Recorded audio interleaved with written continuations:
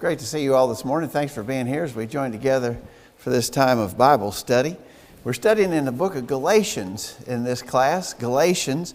Thanks to Wayne for filling in for me last week while I was gone and for introducing the book of Galatians. I got to hear that on YouTube, and thank you, Wayne, for a good job as he introduced the book and got just sort of the introductory paragraph covered in Galatians chapter 1. So we're in Galatians chapter 1 to begin at verse 6. Galatians 1 verse 6. So after he gives these introductory remarks, he begins immediately to address the problems that existed among those churches of Galatia. He says in verse 6, Galatians 1 verse 6, I marvel that ye are so soon removed from him that called you into the grace of God into another gospel, which is not another, but there be some that trouble you and would pervert the gospel of Christ. But though we or an angel from heaven preach any other gospel unto you than that which we have preached unto you, let him be accursed. As we said before, so say I now again, if any man preach any other gospel unto you than that ye have received, let him be accursed. Okay, so Paul was surprised, and he says so in verse 6, I marvel that you're so soon removed from him that called you. So why do you think that Paul would be? He expresses sort of shock or surprise that these folks had left behind what they had initially been taught and were going a different direction. Any thoughts on why that might have been a surprising outcome to them?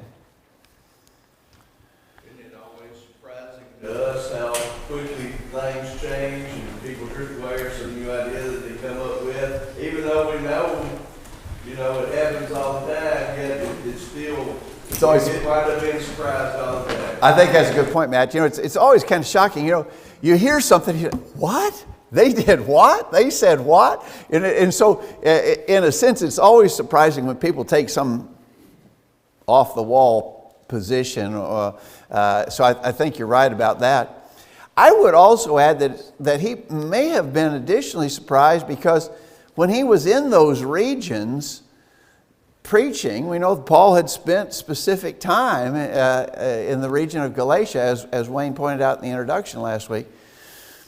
Those folks had warmly received the gospel and even received the gospel under certain adversity. They had received the gospel, and even though they were being personally challenged, they accepted the truth that they heard. And so now that, and he says so soon, now that in relatively short time they had decided to go a different direction, was surprising to Paul. But as Matt said, it's always surprising when people come up with strange new ideas. Notice he says, I marvel that you so soon removed from him that called you to the grace of God unto another gospel. Then he says, which is not another. So we don't catch this in the English because it's the exact same English word, right? But actually, in the Greek, the word that's translated another in verse 6 is a different word than that which is translated another in verse 7.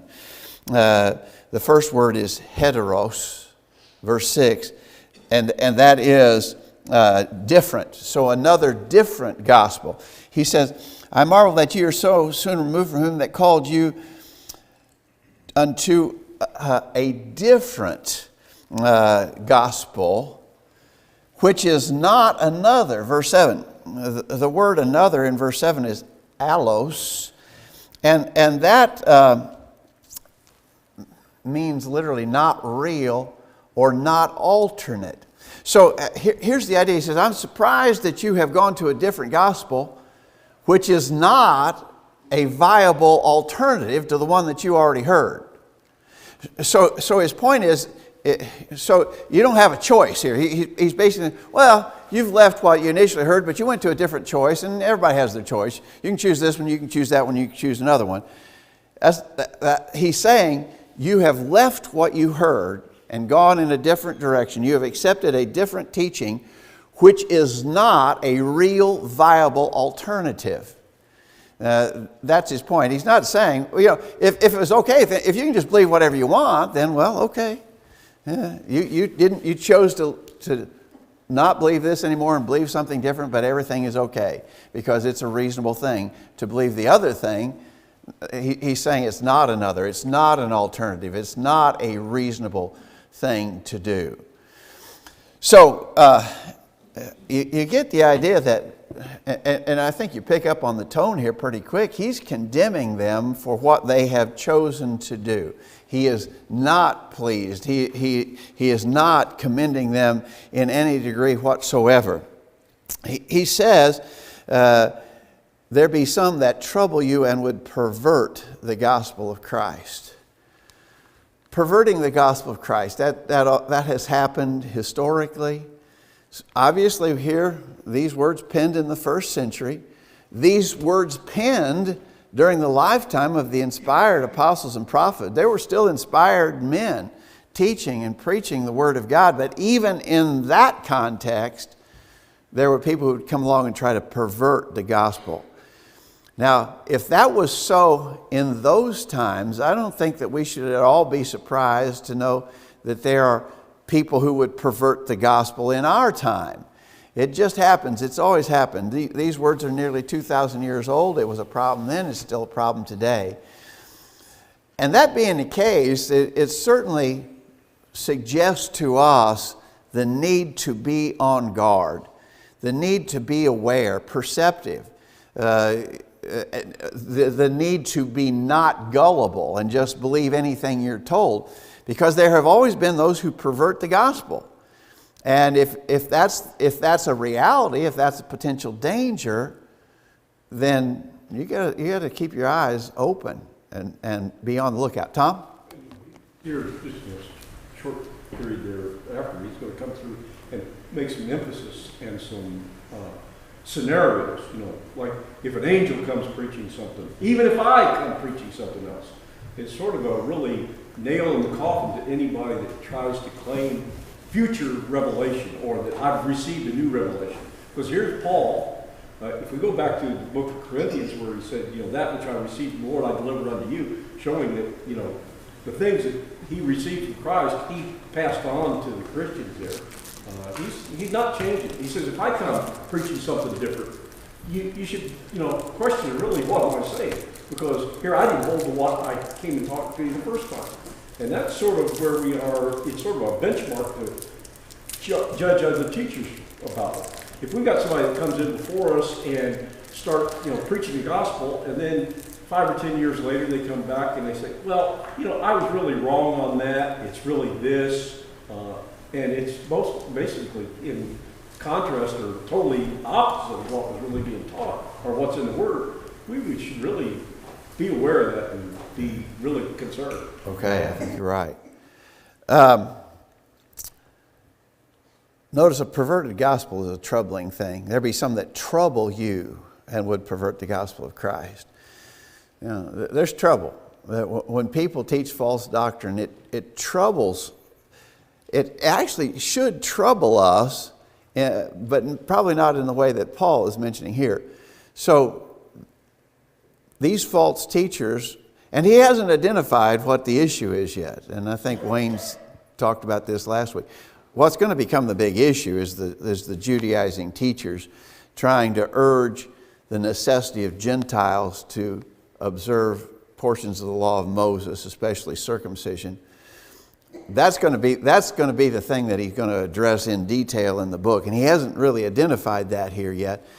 But you can imagine. So here, this was a region of Gentile converts.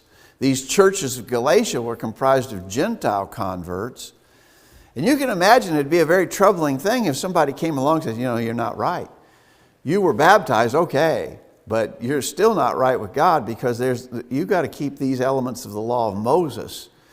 You male converts have to be circumcised. You can imagine that'd be a very troubling thing to hear it was shaking up the faith of some people, and some people were being converted to that point of view. Some of these Gentile converts were being converted to that point of view. And so they were troubled in that sense. They were troubled in that they were being taught false doctrine, and some were going that direction. Apparently a significant number of them were going along with what they were being taught.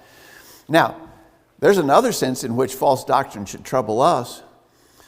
When we hear false doctrine, even if we're not taken with it, and even if we don't follow the false doctrine we hear, it should trouble us that there are false teachers in the world. But this trouble was the kind of trouble that was leading people astray. Wade?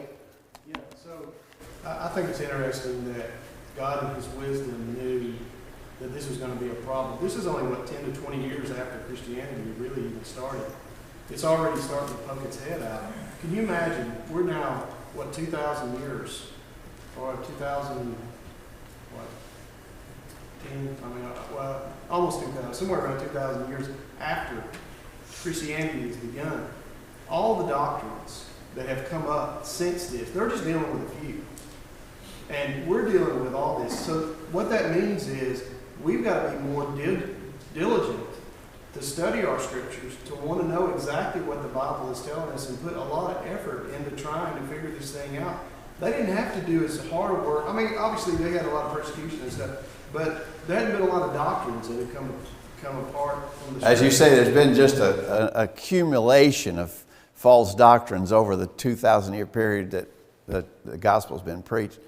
You know, I remember 30 or 40 years ago that they would put a number, there were like 1,200 different identifiable Christian denominations in the world. I think they quit trying to count now. 1,200 doesn't even probably touch the hem of the garment. There's so many now you probably can't get an accurate number on. But that just speaks to this increasing mass of false teaching that's taking place in the world. And so, again, we really need to be on guard. All right. Notice that their message, and we're going to, as we get into the book, we'll see more about what this message was. It was a perversion of the gospel. It wasn't the true gospel, it was a perverted gospel. Then verse 8 and 9, though we or an angel from heaven preach any other gospel unto you than that which we have preached unto you, let him be accursed. As we said before, so say I now again, if any man preach any other gospel unto you than that ye have received, let him be accursed. Even if, so here's the way we often approach verse 8. If even an angel from heaven came and taught a different gospel, so an angel shows up on the scene, a miraculous manifestation, and the angel says, you don't have to be baptized for the remission of sins. What do you do to the angel? Let him be accursed, okay? Now, I think most times and most folks, when you read angel from heaven, I think we probably usually take that literally. I think the way we would interpret that verse typically is, this is hyperbole. This is exaggeration to emphasize the point. If even an angel appeared before you in miraculous manifestation and told you something different than the gospel that you've already received, let that angel be accursed. And I think that makes a fair point. I'm not opposed to that point, but I'm wondering if angel from heaven there might mean something else. I want to give you a possibility here. You know, the idea of an angel is literally a messenger, right? For instance, look in Galatians 4, verse 14. In Galatians 4, verse 14, and my temptation which was in my flesh ye despised not, nor rejected, but received me as an angel of God, even as Christ Jesus. They had received Paul as an angel from God. Well, there, I think he means a messenger. They had received him as a messenger from God. And so here in this familiar text, here in chapter 1, verse 8, though we are an angel from heaven, preach unto It may not mean the literal concept of a miraculous angel appearing. It might be if some messenger, you could interpret this, it could be translated this way. Though we or any messenger comes with a different gospel, let that one be accursed. Now, when we get in chapter 2, he's going to talk about how Peter actually took a wrong stand and taught something wrong about Jew-Gentile relationships. Could the angel from heaven in verse 8 not be a literal angel, but some maybe even well-known individual like Peter, maybe, who comes and preaches a different gospel? I'm just giving you that idea. I'm not even sure I have a preference on which is the accurate way to translate that. Monty? I would think that even using it as the hyperbole, that even if a real literal angel from heaven, a miraculous being, spiritual being came, would include that and anything beneath Anything less. So if an angel from heaven came, a miraculous spiritual being came, and he's teaching something different, don't listen to him. He's accursed.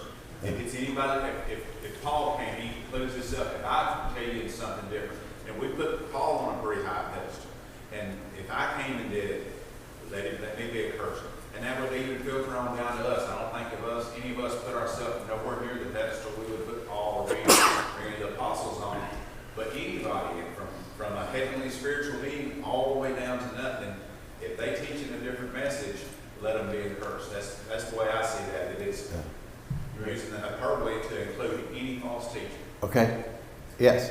A couple of years ago, a couple of young men come knocking on the door. There's Mormon elders, and I read them this verse right here.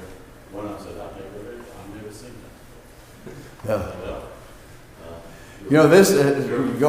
Gordon makes a good point. So the Mormons claim that an angel did come and teach a different gospel, and the result of it was the Book of Mormon. And so they accepted the teaching of an angel, supposedly, that contradicted the gospel. So this verse would have amazing direct application to them. Wayne? And even in their commercials on TV, they call it another gospel. They do call it another gospel of Jesus Christ. Exactly right. So this passage is very condemning to our next door neighbors here in the Mormon church, because they accepted the message of an angel supposedly who taught another gospel. It's exactly what this text is talking about. John? For example, 11:14 talks about Satan disguising himself as an angel of light. Yeah. We have to be real cautious. He uses familiarity. He uses common concepts and things in order to twist the word. So anything that wasn't preached by the describing gospel in the Christ up, it's got to be wrong. It has to be wrong. Yeah. We're told to look out for anything that has, and who is it that's going to be bringing that to you? Like the devil or his Okay. I think you're right. Wayne?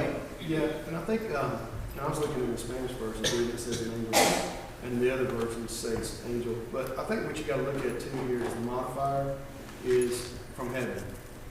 So whether it's an angel or who it is, they're coming out of heaven to preach this other gospel. So, Well, it could mean,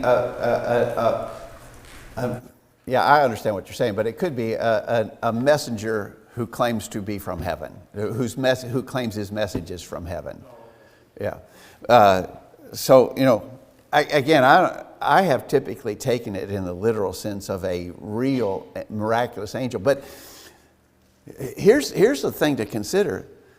What's the probability that an angel from heaven is actually going to show up and teach a different gospel? 0. Right? What's the possibility that someone could come and say that they had received a message from heaven? Well, that's a high probability, right? So so it could be. I think taking it as hyperbole, exaggeration for emphasis, very very reasonable way to interpret that verse. But if you want to take it in a very practical way, someone who comes, a messenger who comes and says they have a message from heaven that's different than the message you already heard, let him be accursed. Tom? Tina, I think, had it first. You know, I didn't catch it. Tina had her hand up first, but Oh, go ahead. But there, you know, we think back to, you know, Apollos when he came to Ephesus. Now Paul's out in the region preaching, and Apollos comes in teaching something that wasn't, you know, up to date. And Aquila and Priscilla took him aside and taught him more perfectly. That's the response that should be done. But a lot of times here, these people were just sort of accepting it based on who they claimed they were and the message that they claimed they were preaching. And that's, I think, a warning that Paul's putting to us that, yeah, you know, you just don't openly accept something. You be more like the Bereans and, you know, look into the scripture and see if things are being taught or so. Okay. And we have guidelines to go through and help us to deal with these false teachings. Okay, all right. Tina? Well, I was just thinking, like Joseph Smith and another guy I heard about over in Mexico that said that Mary came to him in a vision, and now they've got a big kind of shrine set up for her that people come all over to see. But these people were by themselves, and all you've got to take is their word for it. When Jesus came, he showed himself to everybody. He showed the miracles to everybody. He taught everybody.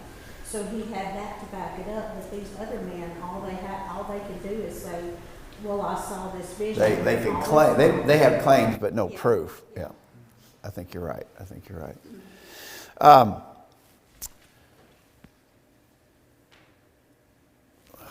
So here's a question. He talks about the gospel that you have, that was preached unto you, the gospel that you have received. Well, this is not the last book in the New Testament. If we date this book, it's definitely not the last book in the New Testament. The whole New Testament hadn't even been written yet. How could he talk about a gospel that was preached to you, past tense, a gospel that you received, past tense, when the whole New Testament hadn't even been written yet? How do we explain that? Someone comes along, so in that day and time, could someone come along and go, well, yeah, this is a little different than what you heard, because we're just continuing the process of revelation. Revelation isn't finished yet. We're just continuing the process of revelation. How would you answer that? Monty? I would say that when Paul was amongst them preaching, and the other confirmed teachers that was amongst them, they had already revealed it all. Just because it hadn't been written down yet and preserved for us doesn't mean that they hadn't had all the information they needed presented to us. Yeah. And so we can't just assume, well, this was written 20 years after or whatever the time frame of it. We can't just assume that they didn't have everything they needed yet, because other places he said that the gospel had been once for all delivered. And so we know that as we look at historically, it started out as a verbal inspiration and then progressed into a written word. But they had everything they needed to begin with. And Paul and other apostles had laid hands on people who were people that they left behind had inspired knowledge too, because they could take and test the spirits and confirm them or not. So they had what they needed. I think that's something new come along, and it was different from what had already been revealed to them. I think that's exactly right. So, and as Monty pointed out, initially the gospel was a totally oral revelation. There was nothing written down initially. But over time it began to be committed to writing by inspiration, until ultimately it was a totally written revelation, and there was no oral revelation left. We're someplace in between there, where there was still oral revelation, but there was also a written revelation. But as Monty pointed out, the total will of God had been made known by the time Paul made stated those words. Amy? 1 Corinthians 15 also was an early book, but it gives us 1 through 4. It talks about that he preached this gospel to you, in which you received, and he tells us what that gospel was. That the gospel was that he was buried, he died for our sins, and he was buried, and he was raised on the third day. Yeah. So it's the same concept there in Galatians. Yeah. That this is what the gospel is. It's the good news that Jesus and what he did for us and what he established. Exactly right. Tom? We use the book of Acts as a sort of a timeline and, you know, a proof text to go through and show that it is the same thing.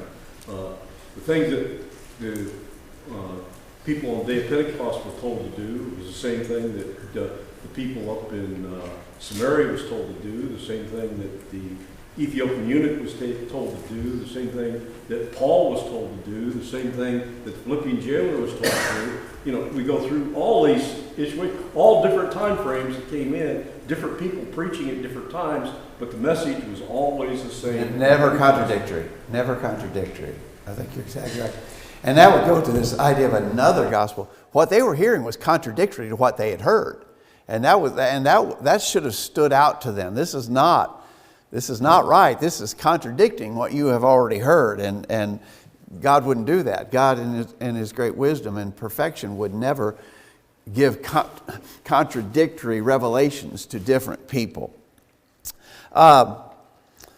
Notice there, he says in verse 9, as we said before, so say I now again.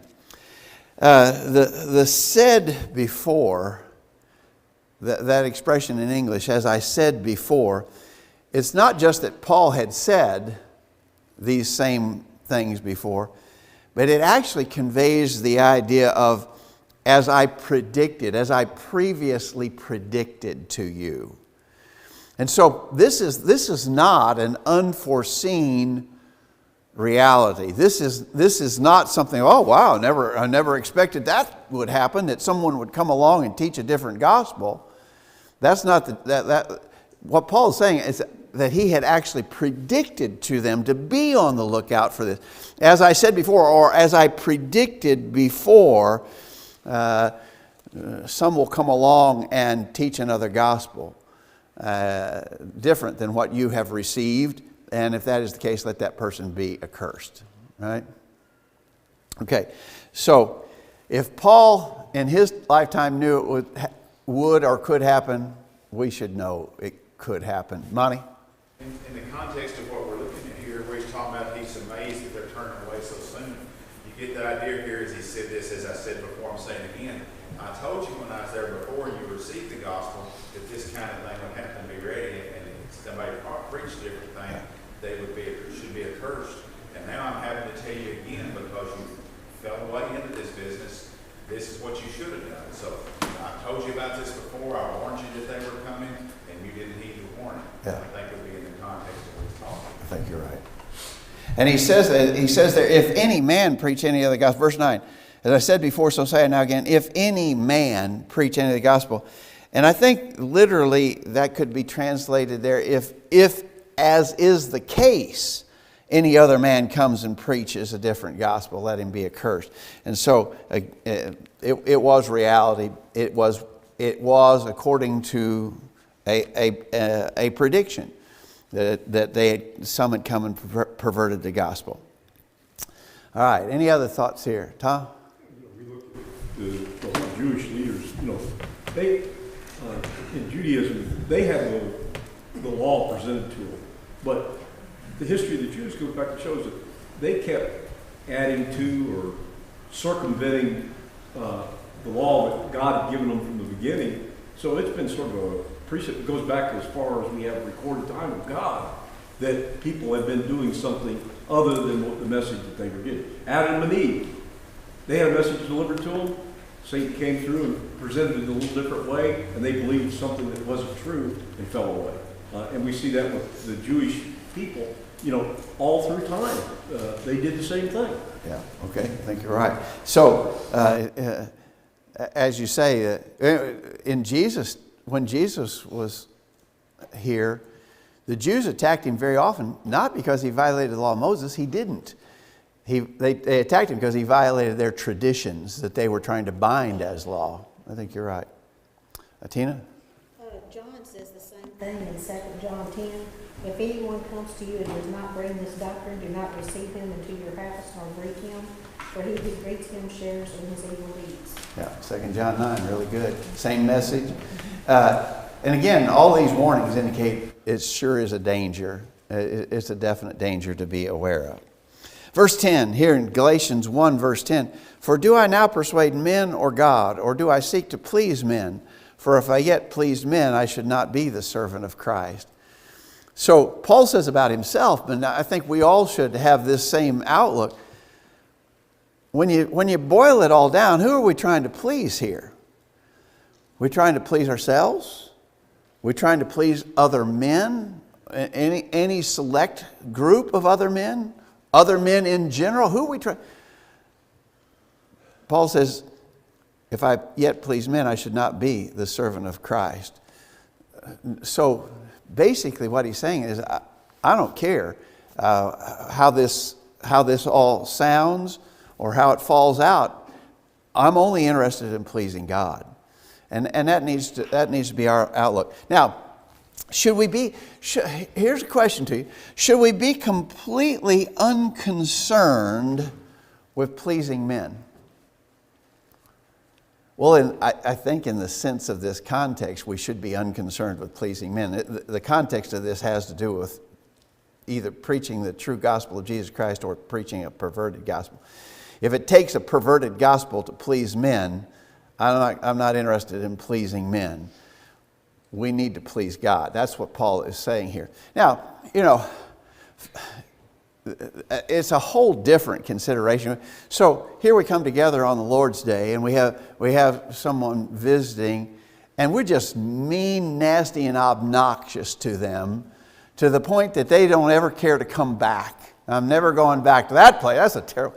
Well, we should be concerned about pleasing men in that sense. I think in James chapter 2, James talks about someone comes into our assembly and how we treat them and all that. That's not what this is talking about. We should not be worried about pleasing men in the context of the truth that we preach versus some perverted gospel. We're not going to pervert the gospel. We're not going to change the message to please men. We have that example from Jesus himself. Jesus never toned down his message, never moderated or compromised his message to please his detractors. He was going to teach the truth no matter what. And that's what Paul is saying here. And so when he said, I'm not worried about pleasing men, I'm interested in being a servant of Christ, pleasing God. It's in that context of what we teach and what we stand for doctrinally. Not in regards to our personal conduct toward other people, whether we're mean or rude or anything like that. Wayne? Jesus in Luke chapter 2, verse 52, increased in wisdom and stature and favor with God and man. So Jesus was concerned about how he approached man, but not so concerned that it would change the message. Exactly. So he was so concerned with the message that in appearance it looked like he was really mean and nasty to some people.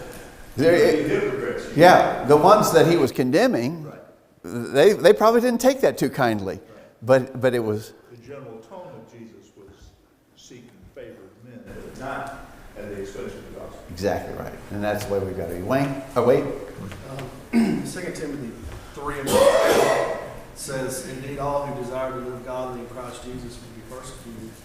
I think that we get persecuted all the time because we take a stand on our beliefs. People don't like that we may not agree with doing certain things, or going out to the bars, or people involved in things that we feel like they shouldn't be involved in, and we don't want to take a part in. But if we were trying to please them, that's one thing. But if we're trying to please God, sometimes you just got to take that stand and just take what persecution you get. But it is, I think you're right, but it is so common in the religious world to take positions that please men. You don't take a hard line position on this, because you're going to run people away. If you teach in this strictly from the Bible, there's some people who won't like that way. Now I'm warning you, if you teach that, it'll run some people off. What does Paul say? If that's the case, then that's just the way it'll have to be, right? Wayne? I'm calling you Wayne. Wayne? One of us should be insulted.